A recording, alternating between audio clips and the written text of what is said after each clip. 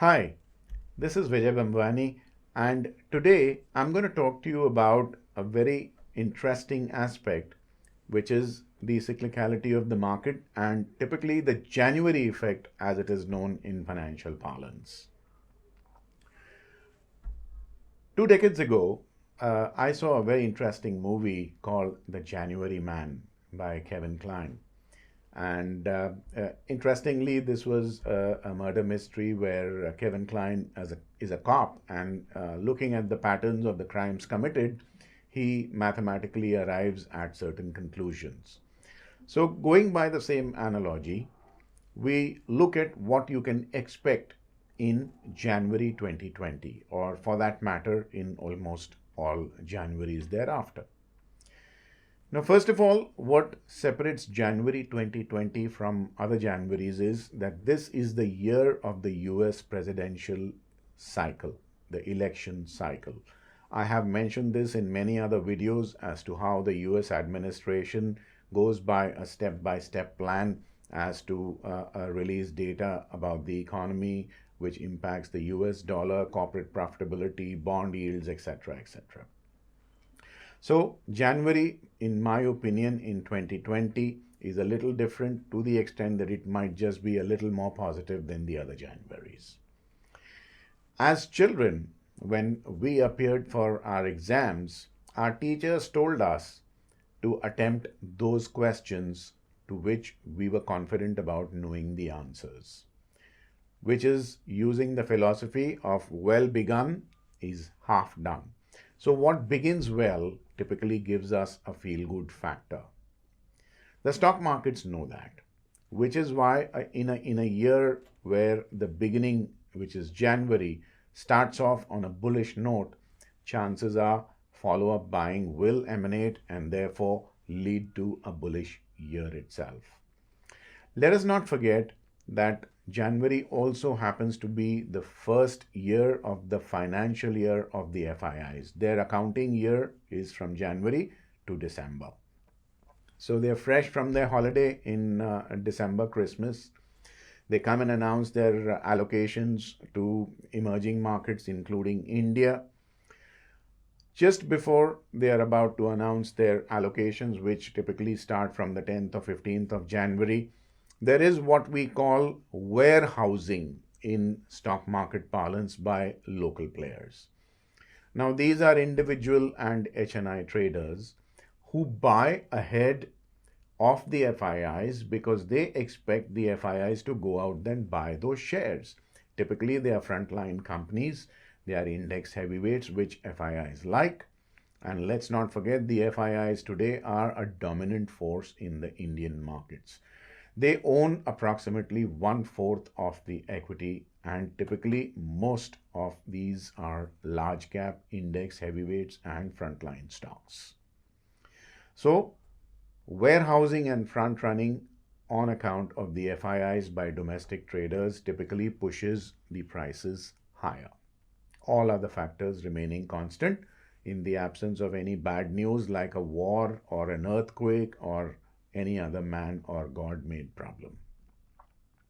The other aspect that needs to be taken into account in January is that the quarter ending of December results tend to come out from the second week of January, starting typically with the IT companies who are quick to announce their results. So, ahead of the results, there seems to be a period of second guessing and some amount of bullish buying as well. February happens to be a budget month, and in January, similar to the FII warehousing and front running, people also tend to second guess the budget announcement and typically tend to go long on sectors which they think are going to be favored by the finance minister's speech on budget day. So, there again, you will witness some amount of buying in January ahead of the budget. We all know that in India, festivities typically trigger off in the second half of the financial year. So, once Ganpati Bappa comes to our homes, typically end August or early September. It is followed by Navratri, Dashera, Diwali, Eid, Christmas, New Year, goes all the way up to Makar Sankranti, Holi, Lohri, etc. etc.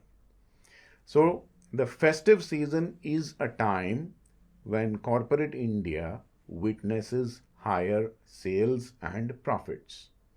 So, the first quarter after the festive season starts is October, November, December. Those results start to trickle out in the public domain in January. And these results are typically better than the previous quarter in question, and the markets discount that fact. Also remember that January still is a festive month. You still have Makar Sankranti, Shivratri and Holi. And typically in the festive period, people tend to feel good and loosen up their purse strings and spend a little more money. So the January effect typically sees some amount of cheer, and that cheer naturally trickles down to the equity and other markets, which makes January again a lot more positive as compared to other months. Are there exceptions to the January rule? Yes, there are. Like I mentioned, wars, man made or natural calamities like earthquakes, floods, etc., anything can go wrong. There is no such thing as a one size fits all or a laser fast or laser precise trading system. Let us not forget, in January 2016, we saw one of the most vicious declines in the Indian stock markets. So that can happen also.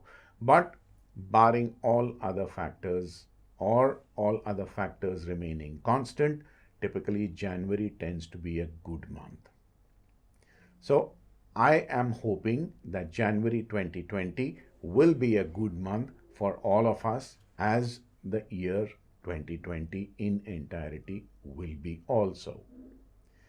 Before I sign off on this cheerful note, let me remind you to like my YouTube video, click on the subscribe button to my YouTube channel.